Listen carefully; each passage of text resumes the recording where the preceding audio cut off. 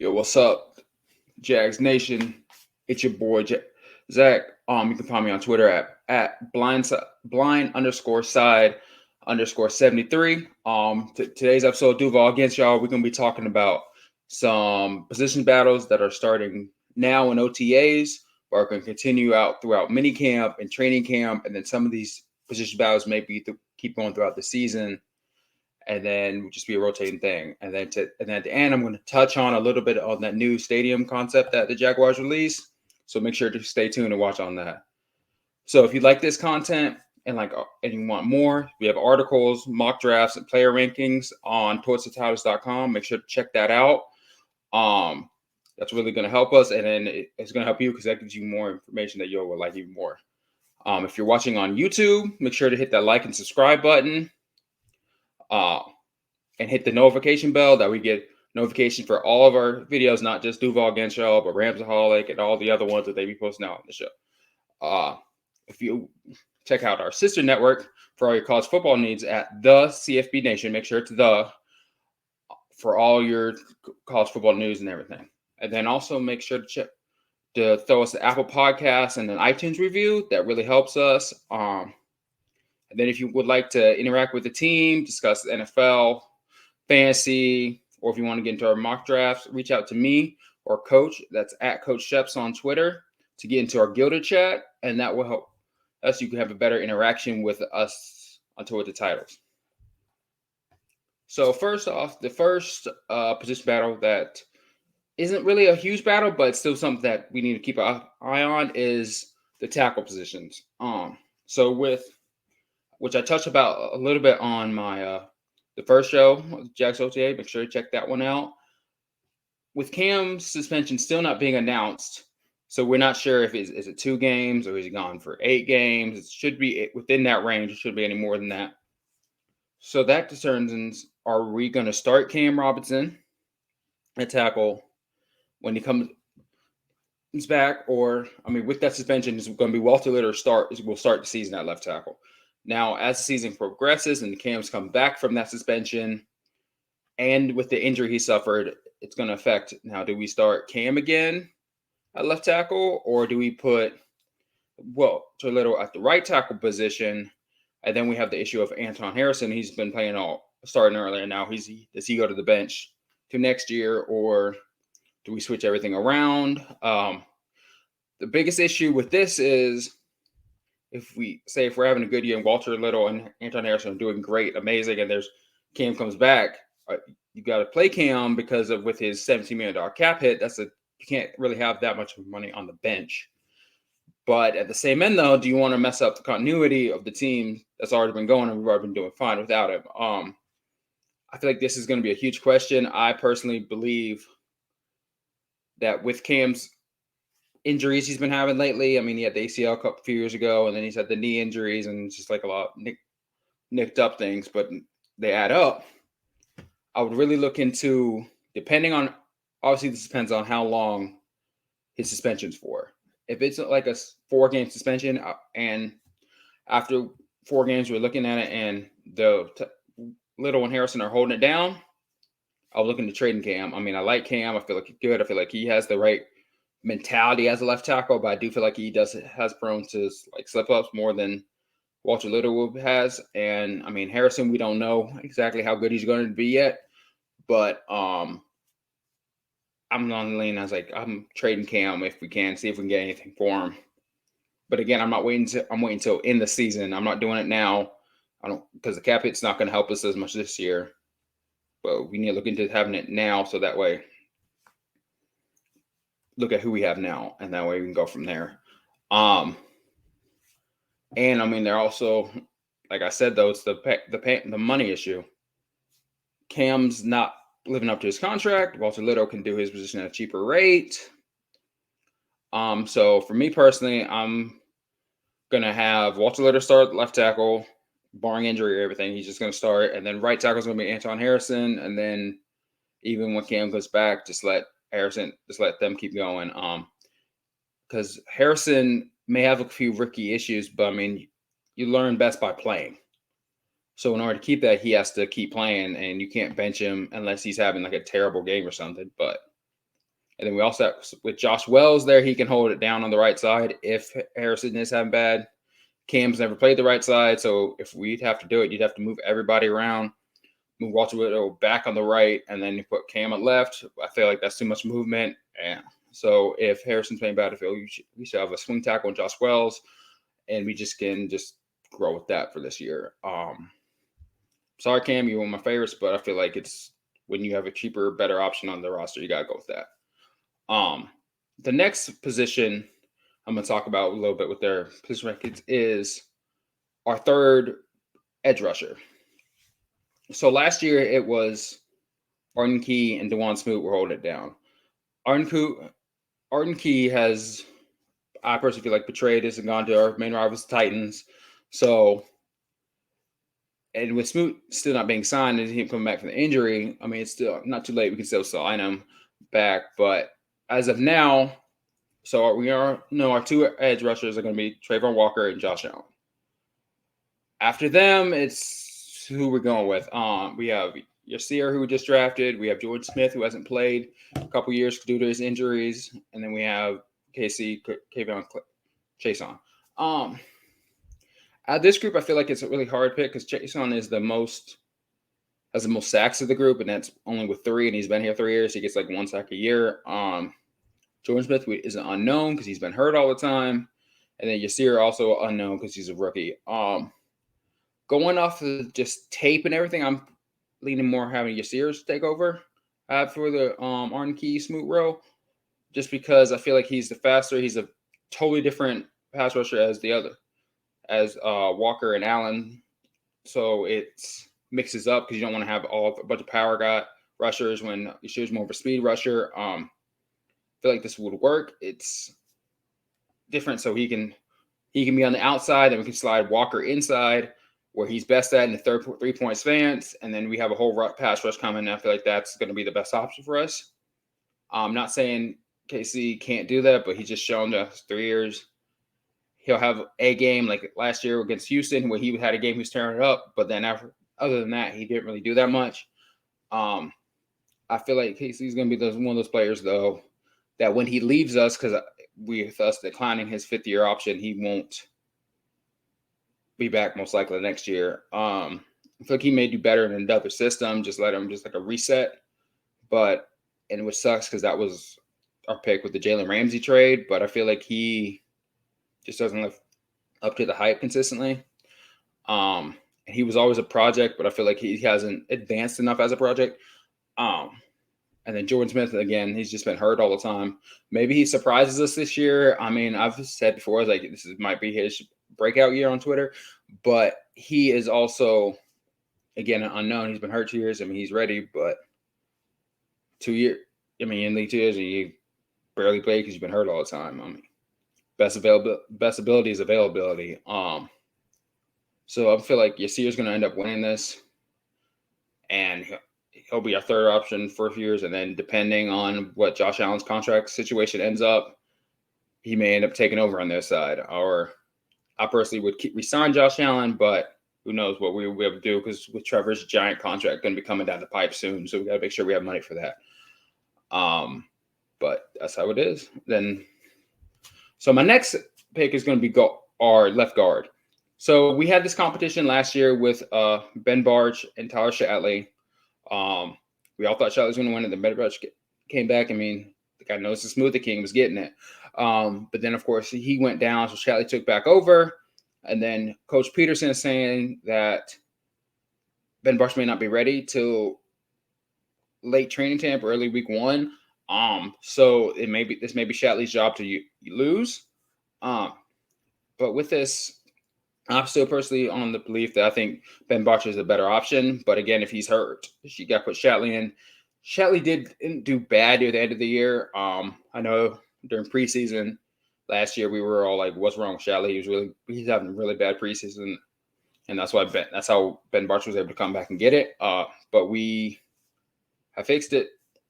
But I feel like he fixed it near the end of the year, and we didn't really have any problems from him. I feel like our biggest issue was Fortner on the line, but again, he was a rookie. He got better as the year went on, but I feel like he was probably the weak link right there.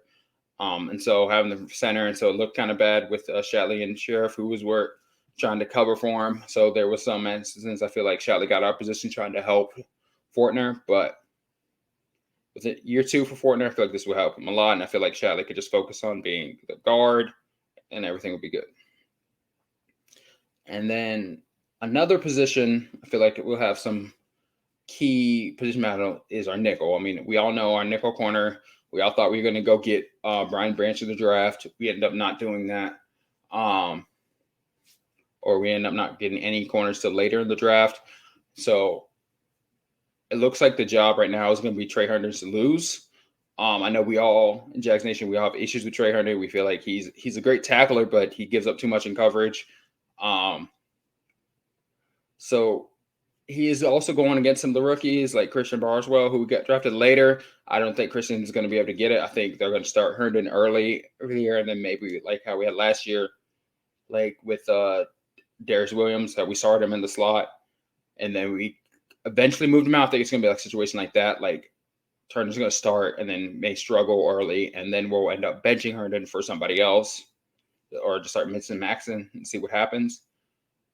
But which I feel like is a little unfortunate because I feel like we had opportunity to get better. And I like Trey Hunter a lot, but I feel like in coverage he's more of a liability. Maybe an option for him to transfer into safety, but I'll get into the safety breakdown in a little bit. I'll show you what that may not be a good option for him either. But we need to get better than that because I mean, with Darius Williams and Tyson Campbell on the outside, I feel like we're good.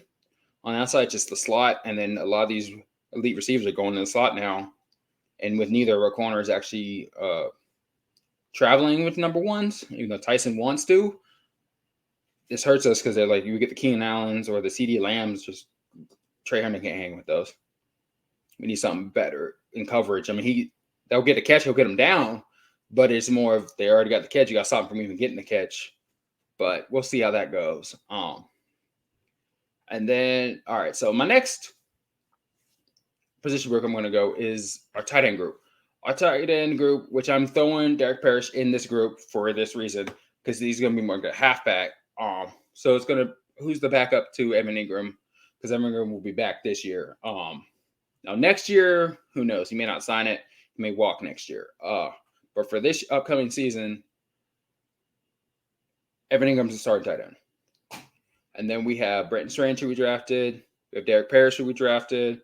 We have Luke Farrell, who we drafted 2 years ago, or the opportunities for the backup.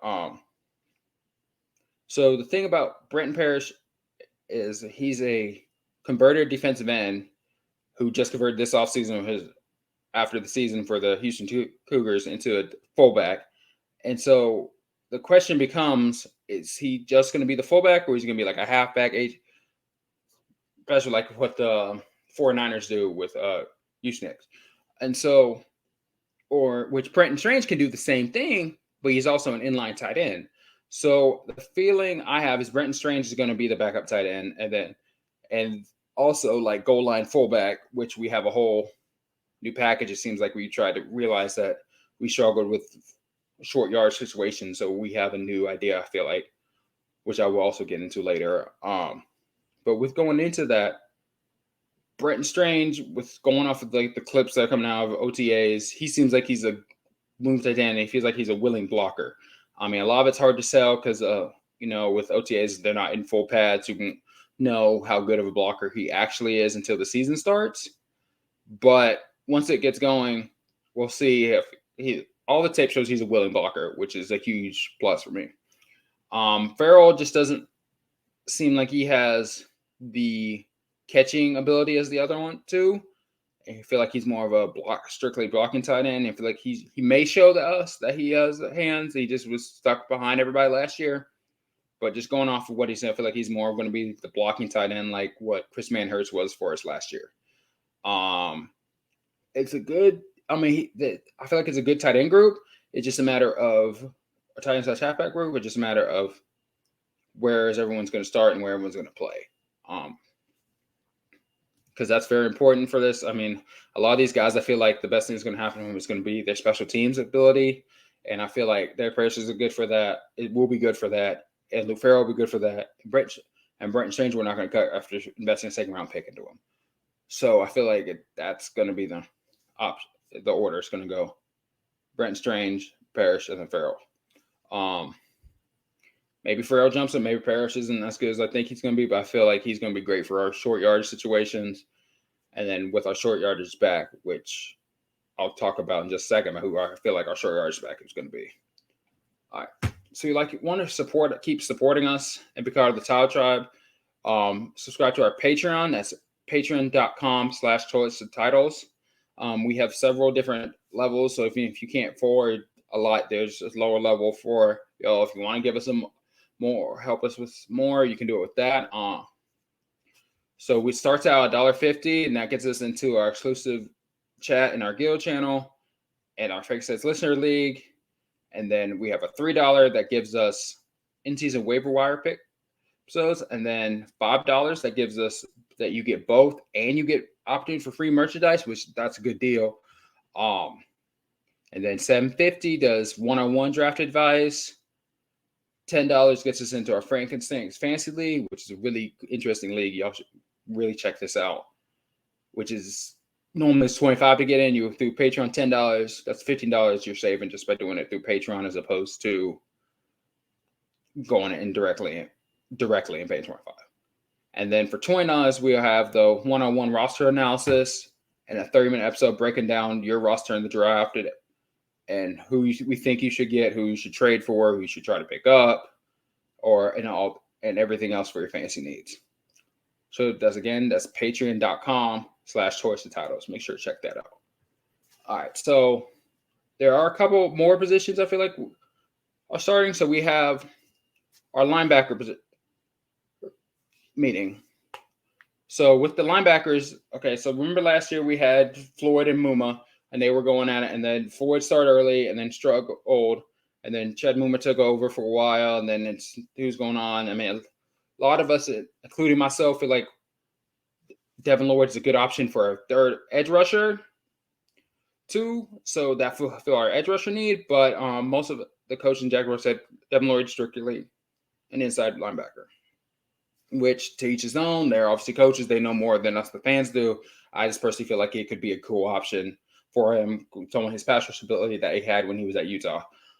But we'll see how that goes. So with that, so we have the inside linebackers. So Aluakun's going to be a starting as one of our linebackers. That's done. So who's for the other one? Is it going to be Devin Lloyd? Is it going to be Chad Muma? We have Ventrell Miller, who we just drafted, and we have Shaq Quarterman. Shaq Quarterman, I feel like, is automatically going to be out because I feel like he's more a special teamer, given he did have that big hit on Derrick Henry that changed the tide of that game. But I feel like he is more strictly a special teamer guy. Ventrell Miller, I feel like will be a special team guy this year, and then we'll see how the future goes. As a Gator fan also, I feel like he was a little bit of a reach. I feel like he's good, but I feel like we could have had better at that pick. But again, the coach know more than we do, but we'll see how that goes.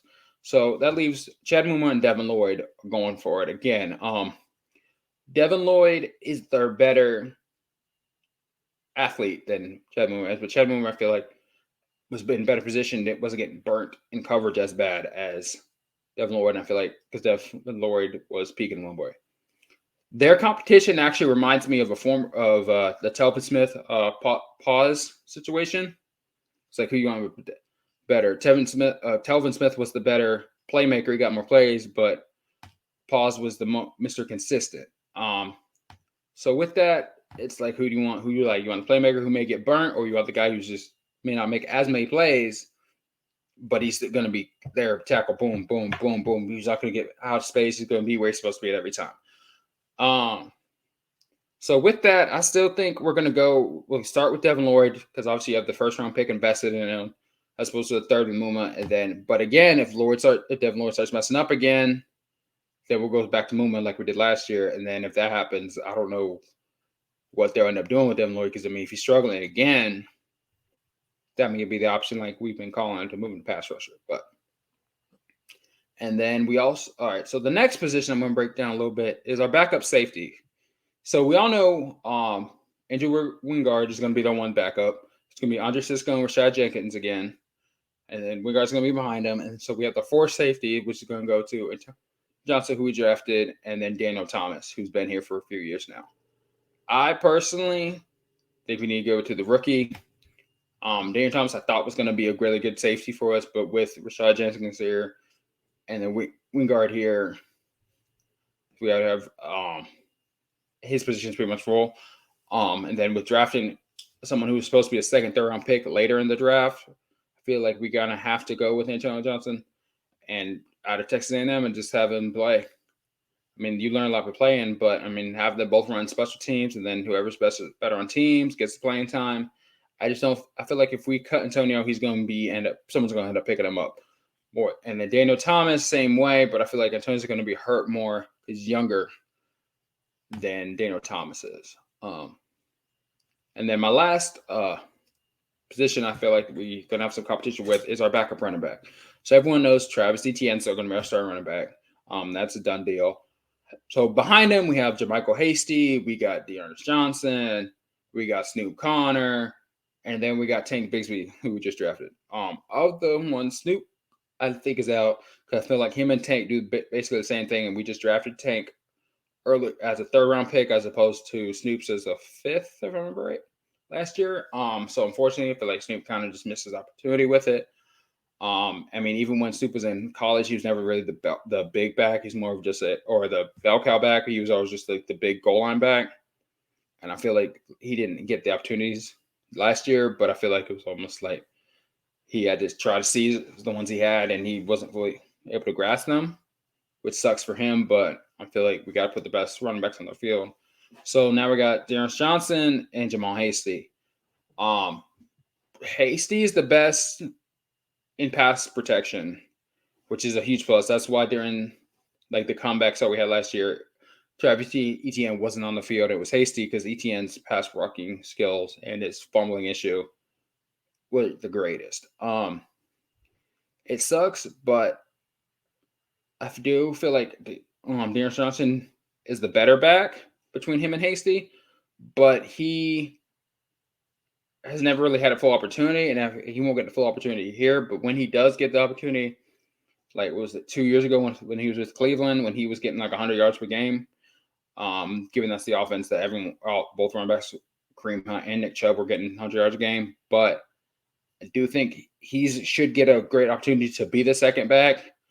And then Hasty could be the 3rd down back maybe too, because I don't feel like we will be running a major running team this year. Which sucks for Etienne because Etienne's contract's getting closer. Like I just don't think he'll have enough carries to be 1,000 yards rusher, and because we're gonna have to run them, and we're gonna have to feed Ridley and Kirk and Zay Jones and Evan Ingram. I feel like there's just not gonna be enough around. I feel like. And with Doug Pearson being more passing oriented, I feel like we're going to end up throwing it more. I feel like we're having a situation more with Doug Pearson like he was with the Eagles. And they're leading back with LeGarrette Blount, had like 800 yards rushing. I feel like that's going to be Etienne's. And then Tank Bigsby is also a dark horse in this to become the 2nd running back. But I also feel like he's going to be more of our 4th and 1. Here's the ball, give it to the big guy, have him go get it type situation, or 1st and go over at the 1. Here you go, big guy. So I feel like this may hurt. That's going to also hurt Etienne's numbers. So I feel like he's not going to have as many touchdowns because I think Tank Bigsby is going to be getting all those. It's a sad situation for Etienne. I mean, because he fought James Robinson last year for a touchdown. We probably got it. They had Jamal Hasty was taking some, and I feel like that's going to be a hint that Etienne has to get his fumbling issues and his pass blocking up, or he's going to be off the field more than he should be. With his speed, though, he's a home run to every hit, but if you can't pass block, that's going to hurt. So now I'm going to just do a briefly touch on that new stadium that I talked about earlier. So the Jags released a new stadium concept that was supposed to cut out 70% of the sun. It's going to take about 2 to 4 years to get it fully constructed. The pools, obviously, they're staying. The Jumbotrons are staying. but it's like a future. They said it's the stadium of the future. I know a lot of Rams fans, y'all like, oh, it's just copper nuts. No, ours is better. Ours was more for the heat, which the California heat is there, but the Florida heat, it's a different animal. Because you have the humidity factor behind it. So for me personally, I feel like it's a cool concept. I know it's going to cost a lot to build it, but I feel like that's a good idea. And then also stops all this. Oh, Jags moving to London. Oh, Colin's trying to move. They're doing games every year in London. They're going to be gone. They're not. If they were going to do that, why release this stadium concept? That's my thinking on it. If you're going to move, they're not actually going to release the stadium concept. They would just be like, oh, the contract's going up. Oh, no, we got to move. That's how it would work. So hopefully this shuts up all this. Yes, we have 2 games in London this year. But it shouldn't. That's not going to affect the stadium concept. So all y'all saying, oh, they're gonna move, yeah, hush. It's we're not moving. It's Duuuval for a reason. It's not gonna be. We're not gonna start screaming London. No, it will always be Duuuval. All right. So, thanks for listening to this show. Hope, like I said, check out all of our other content on toiletstyles.com. I'm your host, Zach. Again, find me on Twitter at line_side_73. And just remember, it's Duuuval. What's up, Title Tribe? We appreciate you watching the show. If you want to catch up on all of our college football content, make sure you subscribe to the CFB Nation by clicking their link below. Make sure you subscribe to the Toilets Titles Podcast Network by clicking our link below. And make sure to catch our other content by watching these videos to the side.